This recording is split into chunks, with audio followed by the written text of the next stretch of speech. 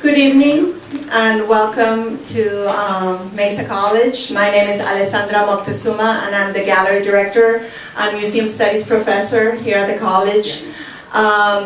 We're very glad you could join us today. We are truly honored to have Richard Liu and James Luna here this evening to talk to us about their work.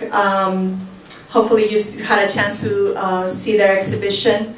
And actually I'm going to have Professor Robert Sanchez talk a little bit about them because he's a good friend and I thought it'd be nice if he would say a few words. I just wanted to thank our students in the Museum Studies program.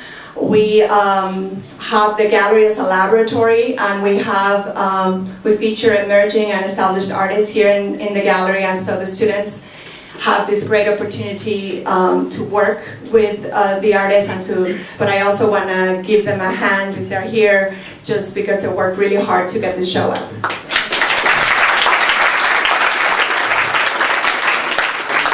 And I also wanted to thank my staff, which is small but does wonders, as Pat Vine, who's just walked in there, up there. Marisa Barua and Jacqueline Sarvis and Jenny Armour, because they worked really, really hard to make everything happen and make sure that everything is done. And so I am so glad to have Richard back here at Mesa showing his work.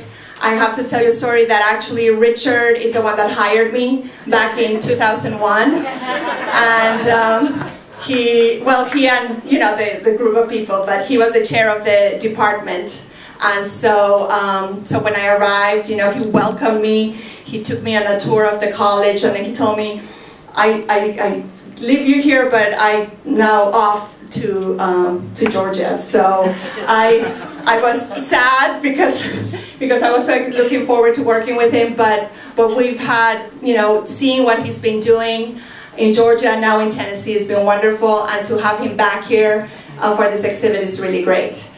And I also have a small story about James.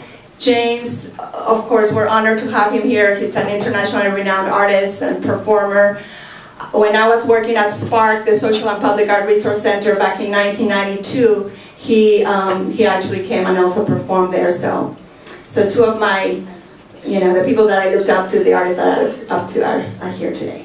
So the program's going to go like this. Robert is going to introduce Richard and James, and then Richard is going to talk about his work.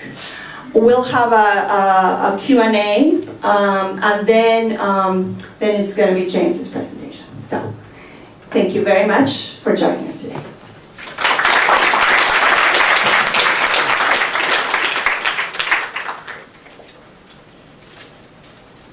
Oh, welcome everybody. Alessandra asked me maybe about 15-20 minutes ago if I could do this introduction, and then gave me these pages of, well, you can look at the highlighted things. But I have known Richard and James for many years, since, probably around the mid-'80s, late '80s, when I first came in. Earlier than that. All right, see, that's what happens when you have to wing it. But in any case, she could have asked a number of individuals to introduce them, because Richard and James have been renowned artists from San Diego, but also part of the local art community, both Native American, Chicano art community here in San Diego, that have nurtured each other, worked together for many years, and there's others that, as I said, know them just as well. I didn't want to fail to acknowledge we have two exceptional artists from groups of individuals we've worked with before, David Avalos and Victor Ochoa, and if you guys could just raise your hand.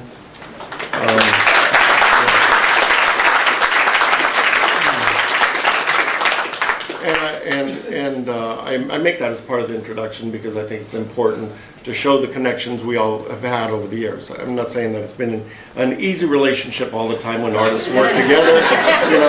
There's always, poetic license and opinions and things. Yeah, nicely, gently put.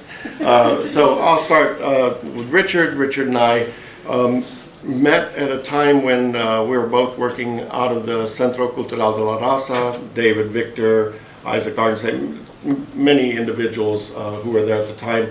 And both were involved in a group known as the Border Art Workshop, Taller de Arte Fronterizo. And we got to know each other really well after collaborating for quite a few years in the group.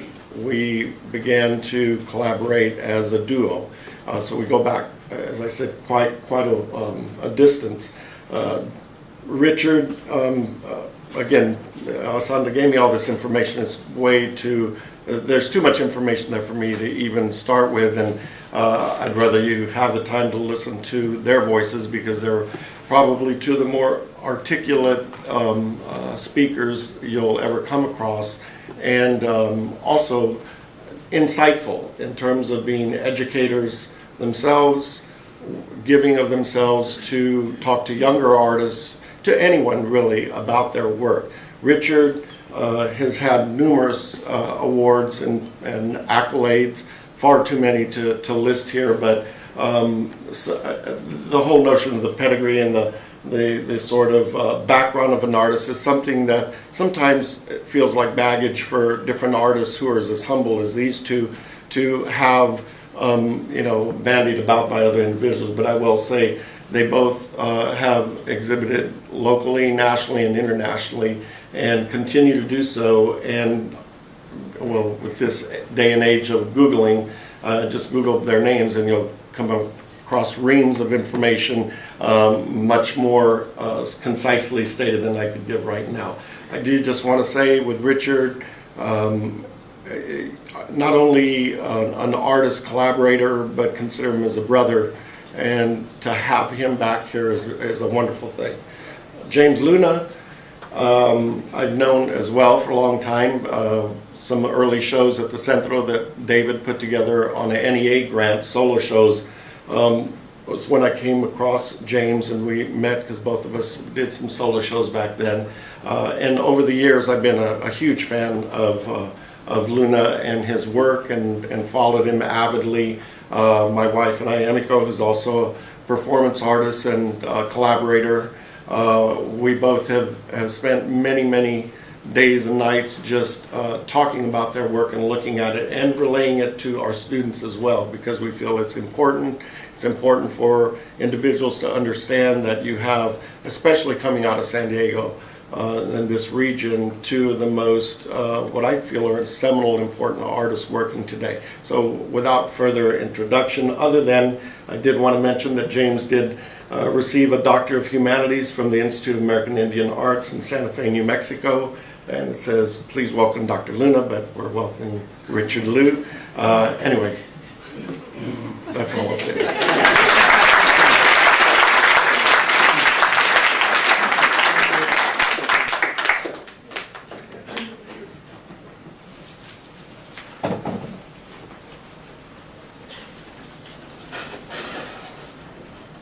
I'm not sure what Robert said because I was worried about my pants falling down when I got up.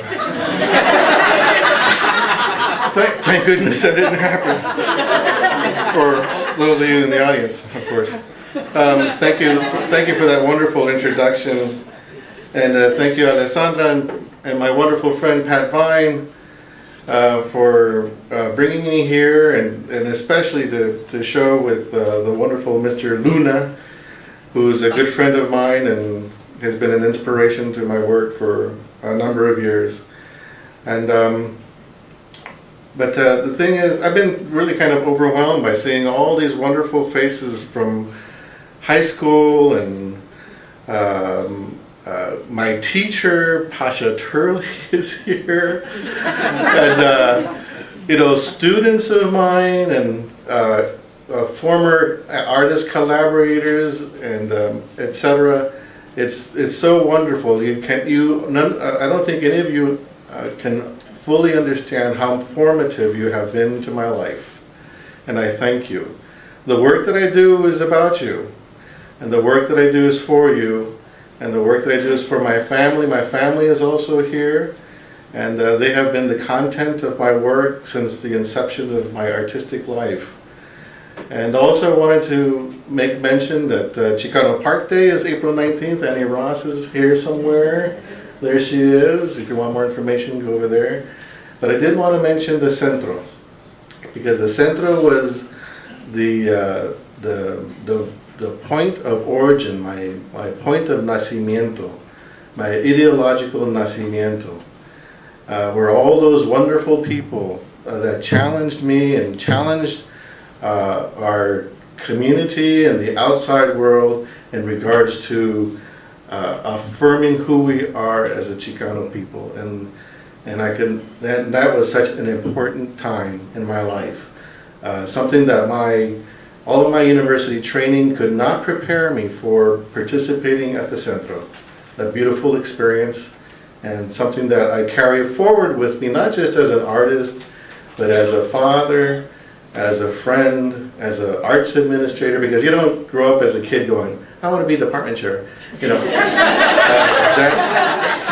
that would be a very warped childhood.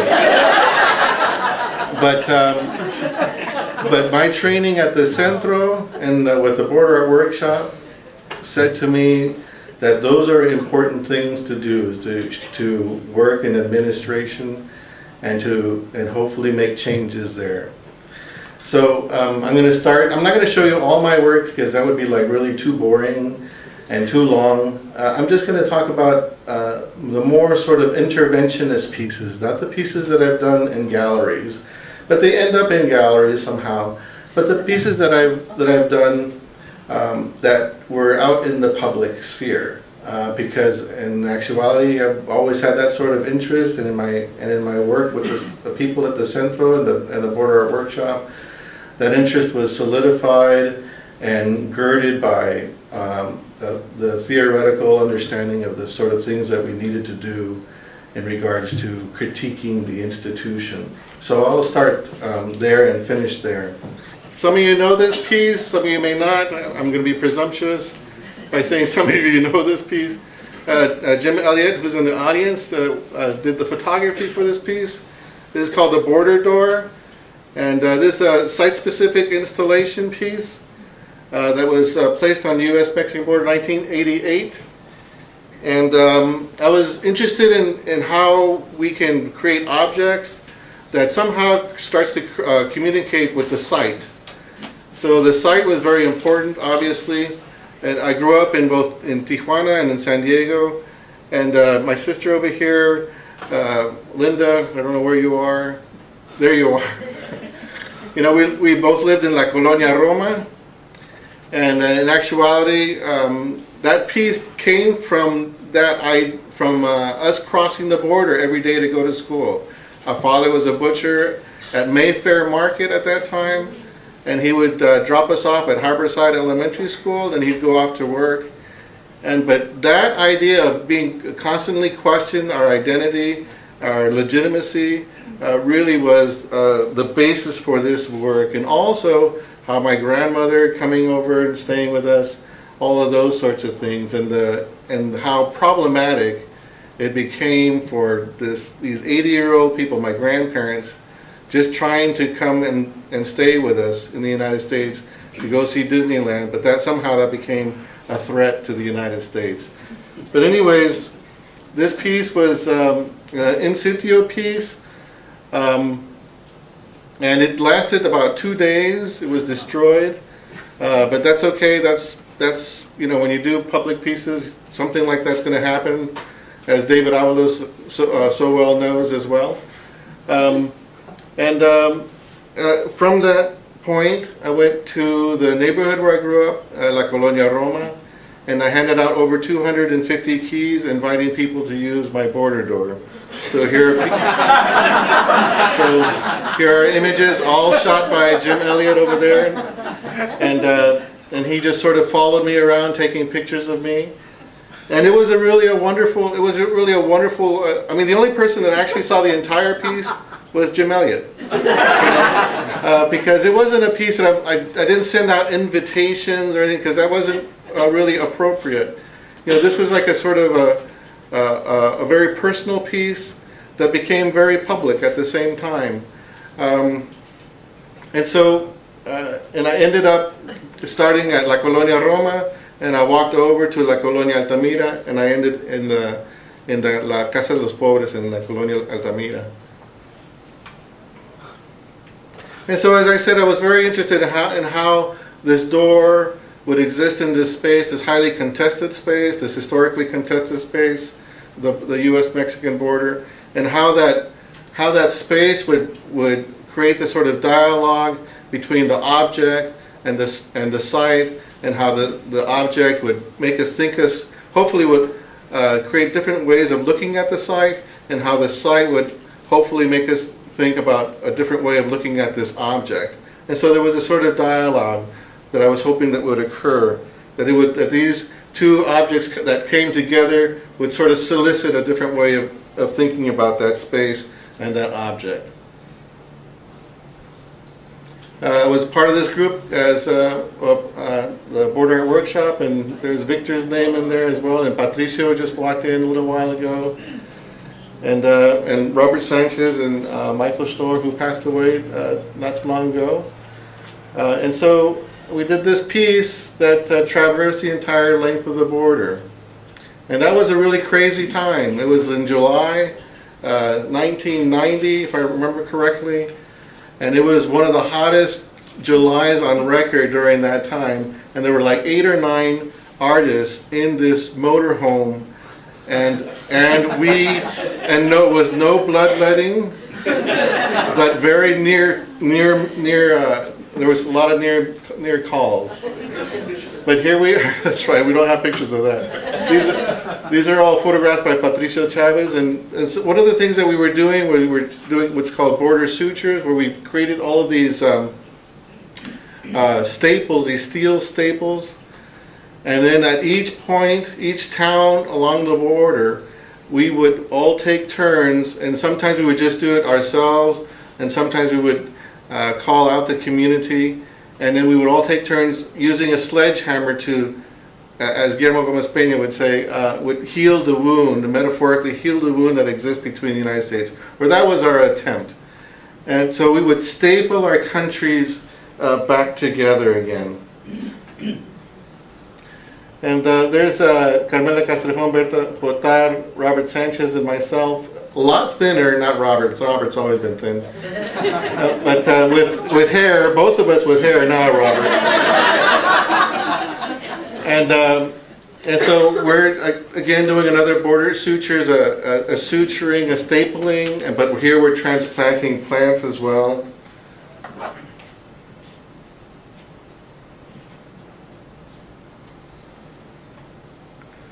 And our good friend Marco Anguiano, one of the other things that we would do is we would stamp the letters of the names of the people that were there onto the staple. So there would be the sort of collective act of healing that would occur with these staples. And there were all sorts of ancillary performance pieces as well that would go along with this larger performance. And then we always included our children. There's Robert's and my children there. I mean, we didn't have them together, but we had them separate. And this is actually one of my favorite photographs that Patricio took of this particular project. And so you can see how large these staples were. Oops. You can see how large these staples were. They were, anywhere from 6 feet to 2.5 feet. And as I said, because we zigzagged back and forth along the border, and then at every town we would staple that border packed together again.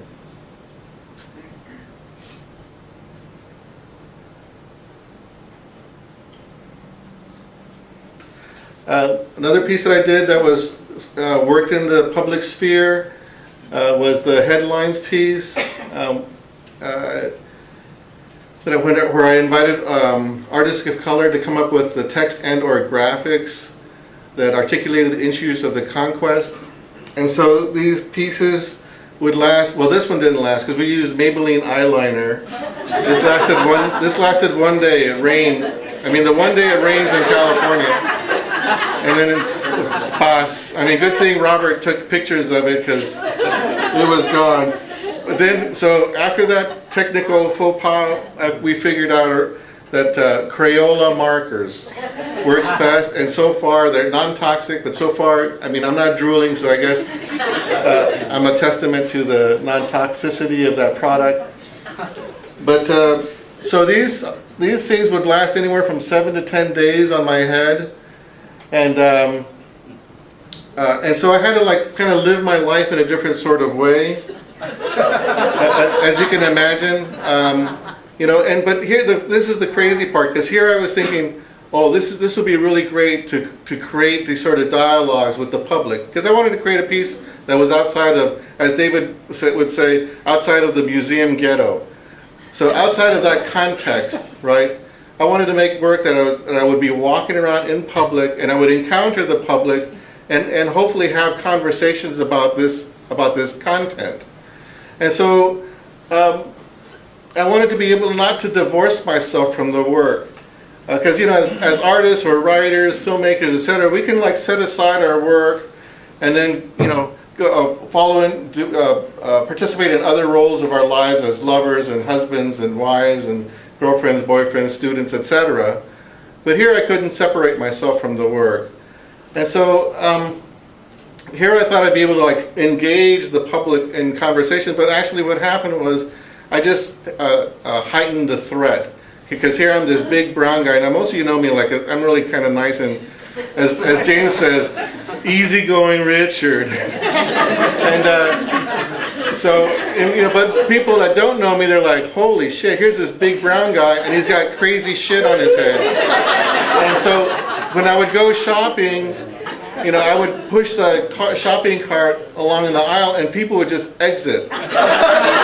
And so by design, it was a failure. But what happened though that was really wonderful is that is all the places that I would go to, that I would frequent, the grocery store and the video store. Remember the video store? And here at Mesa College, those places became my galleries. Those places became my museums, and the people that worked there became my docents. And so the baggers and the checkers at the Vaughn's grocery store, for example, in El Cajon, where I would frequent, because remember I have 4 children, you go to the grocery store a lot. And they, after a while, since I didn't stick them up, they knew that I was like a safe person, and they would ask me like, hey, what's your deal? What are you doing? And so then I would tell them. And then they would tell their customers. So I would be checking out the grocery line and by myself, and there'd be like 10 people over there, and I would hear the checker would say, that's Richard Liu. He's doing this piece on the 500th anniversary. And he's an artist.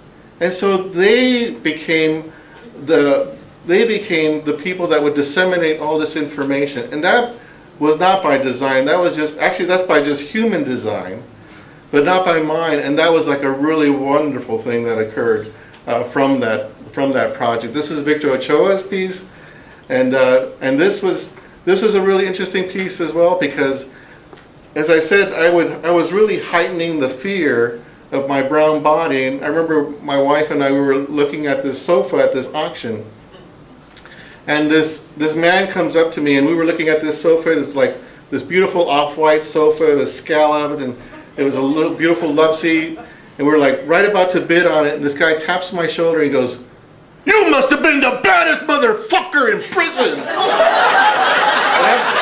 And I'm like, and I had forgotten I had this piece on my head, because I was focusing on the love seat, right, and how beautiful it would look in our picture window in El Cajon. And so, and he was like one of the few people that actually would approach me in this project. And so I turned around and I said, "Wait," and of course he waited, because for him I was the baddest motherfucker. And so, but then after that we had like this really wonderful conversation. Now, I'm not going to talk about Los Antropoglocos piece, although my wonderful friend Robert Sanchez, and because that would like take up too much time. But I will tell you this: that was for me one of the most fun, most engaging, most dynamic work that I've ever done with someone else that didn't require lubrication. So, but that was like some of my happiest time making artwork was with Robert Sanchez, and thank you, Robert, for the both of us doing this wonderful work. But I did want to include that and just mention that. This is a piece that Bill Fisher and I did. I don't know if you guys remember with the missing bride, and she talked, Jennifer Wilbanks. And so what Bill Fisher and I did, we did a whole bunch of posters, and we posted them around her hometown, because she talked about how a Latino man with bad teeth and this overweight white woman kidnapped her and sexually abducted her. And those sorts of tropes of the fear of hypersexualized brown men and black men was the trope that she used to sort of remove herself from the guilt. But what she did was potentially put other people in harm's way, and rather than owning up to not wanting to get married. So we said, well, what about this missing stereotype? And so we were using that play on word. And Bill Fisher and I thought, well, who else? What other Latino man and white woman do we know of? It's like, well, Lucy and Ricky Ricardo. So we did these series of posters, as I mentioned before, and they also were T-shirts. And we sent the T-shirts to her fiance, the district attorney, etc., etc. We never heard from any of them except the district attorney, Danny Porter, the Gwinnett County district attorney. He returned the shirt saying he could not accept the gift. And so we also made her into tortillas as well.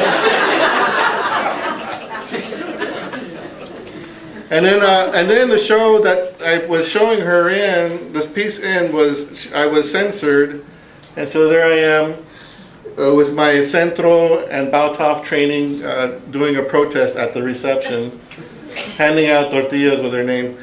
Okay, this is a piece I did at Memphis.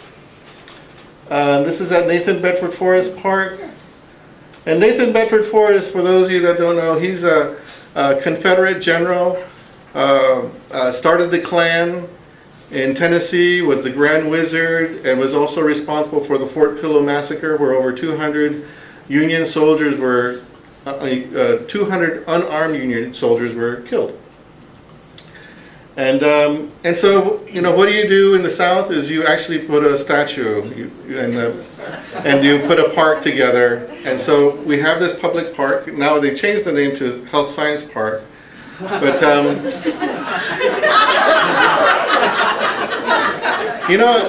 what is it?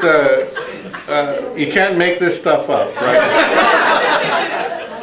And so, what I did was I created a series of boxes and created this performance piece. And actually, it's the first performance piece that I was not in. And so my daughter and her friend John sang. They sang Negro spirituals in front of this statue, and you'll see them right here. Oops, the next slide. There they are. And then I had a group of people, because I had created these boxes, and on these boxes were painted 5 images, and there was 1 photograph. And so while Gloria and John are singing these spirituals, like Wade in the Water, these people would stack these boxes.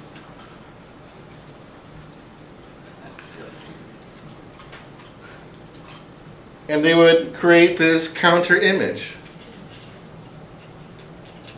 So if you were sitting in front of the statue, this would happen. And then I invited 6 people from Memphis to come and tell their stories. And so there were counter stories or counter narratives and counter images to this statue of this equestrian statue of General Forrest. And the way I was thinking about it is that here we are, because it's a public park that the public pays for the transmission of this ideology 24 hours a day, 7 days a week, non-stop, uncontested ideology. And so in my little humble sort of way, for 1 hour, I went in there and complicated the space by adding more stories, more narratives, counter-narratives, and counter-images. And so you just imagine that two people singing, right, these spirituals, and people building these images up until they create this pyramid that blocked it all out. And then someone comes up, the singing stops, and then they tell their story, right? And they leave in silence, and then the boxes are torn down in silence, and then another image starts to be built up, and the singing begins again.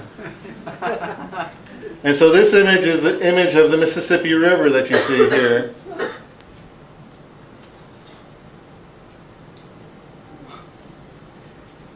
You know how the Mississippi, or any river, kind of jumps its course, etc. And then another person, Elaine Blanchard, comes and tells her story. Oops. Another image. So every time you turn the block, there would be a new image. That's my son Ming, and he told the story and then played the trumpet. Another image. Another storyteller, Francisco Flores. Another image. This is Fort Pickering, which was a Union encampment in Memphis. Memphis actually fell to the Union forces in '62 and was a Union city.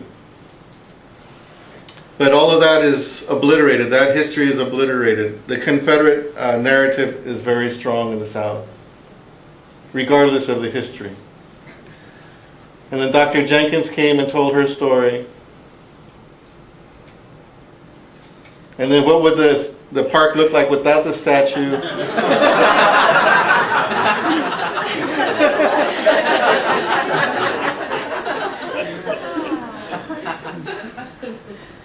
And then Agustin Diaz. We have Aztec dancers in Memphis. So Agustin Diaz came and told his story. He was the last to tell his story. And then he danced around the statue, warrior to warrior. And I've also restarted again this headlines piece, but I stopped. My mom died about 2 years ago, April 9th, so I stopped. And at some point I want to continue this piece. But I'm doing the headlines piece again because it's the 20th anniversary, the 22nd anniversary or so. And here's another shot. And I think, yeah, okay, and that is all. Thank you so much.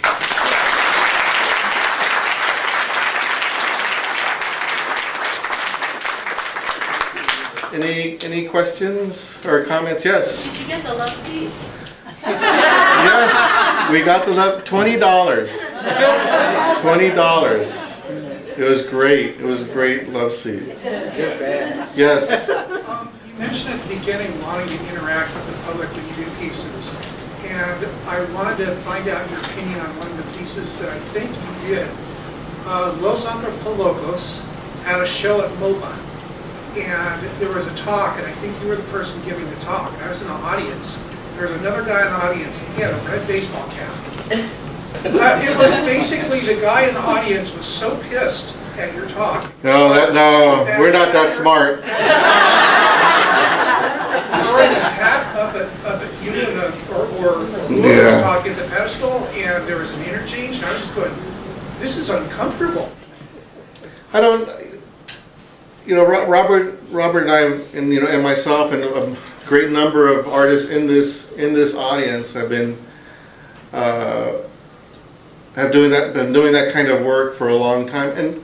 And I look at it this way, and I remember actually Sean Murphy's father's like, "Why are you looking for trouble?" And I don't look for trouble. What I'm doing is I'm asserting my reality. And if I don't assert my reality, how I view the world, then that's a negation of my reality, and that's like a form of death. And so when we live in this sort of occupied spaces, within these sort of systems of oppression, if we can't move and shift and make space for ourselves in order for us to say, this is how we view the world, it's suffocating. And so when people react in that sort of way, I understand that, because we're creating this sort of dissonance that they don't understand. But dissonance, as we know, is what education is all about. That's how we grow, when we're challenged, right? And so I've been called a racist, a reverse racist. You can't imagine how many times. At the last piece that I did, a white separatist online journal wrote about me, which was just last year. And then people wrote to the university president telling her I should be fired. This was just last year. But I have to do, I'm not looking for trouble. I just feel I'm compelled to state who I am. And if we can't do that here, right? Yeah, I thought it was one of the most funniest Well, I'm glad you enjoyed it at my expense. Any last questions? Yes, Debbie. And Debbie and I had collaborated on a wonderful piece as well, my niece, Debbie. So, when you had the images on your head and you were saying that your intent was to engage the public and have people ask questions, but you were kind of surprised that it would actually alienate people. Right. So, I kind of find that a little disingenuous, because, you're very aware of, how brown and people of color are perceived in the public, and especially when you have what does look like, these tattoos, really big. Yeah. So just can you comment on that? That you probably did kind of anticipate people reacting to you in a fierce way. My niece is calling me out. I wish I was that smart, Debbie. I really thought this was going to work. I remember asking, I was like, James, what are you going to do? And James said, he said something to me that was so brilliant, but I still carried forward. He says, I don't care what happens in 1992, I care what happens in 1993. That's what he said to me. And that was such a powerful thing. He's like, what happens when we're not the flavor of the year? That's what he was saying to me. How are we going to carry forward when we're not the flavor of the year? And but I really thought it was going to work. But it did work. I think there were some beautiful images, and I learned a lot from that piece. And I really thought people would come and talk. But I think a lot of it has to do with my personality. I'm thinking, I know I'm a nice person, so of course people are going to come up and talk to me. But that just wasn't so. A few people did. The people that thought I was an ex-con. Yes. As you revisited this piece 20-something years later, do you find that people's reactions are different? Very different. Very different. And I think a lot of it has to do with the Oakland Raiders and their fans. They're so used to that. Actually, no, a lot of it has to do because of body art and how it's been accepted now. And so I don't get the same sort of reaction, which is fine with me. So people are coming, when I was doing those, people were coming up to me and talking. And so that was nice. Yes. One last question, because we got to go to James. When you were doing the box series in the park, did you get any notable responses from people that weren't telling their stories? No, that piece was really wonderful. I did it 2 times. The first time I did it was, I did it under the rules of the park. The second time I did it, I didn't follow the rules of the park, and I expected the police to come, and they did come. And then when I saw them, they were taking pictures of themselves with the Aztec dancers. And so I knew it was going to go well, and that was it. And I do want to, thank you so much, but I do want to respect James. Thank you.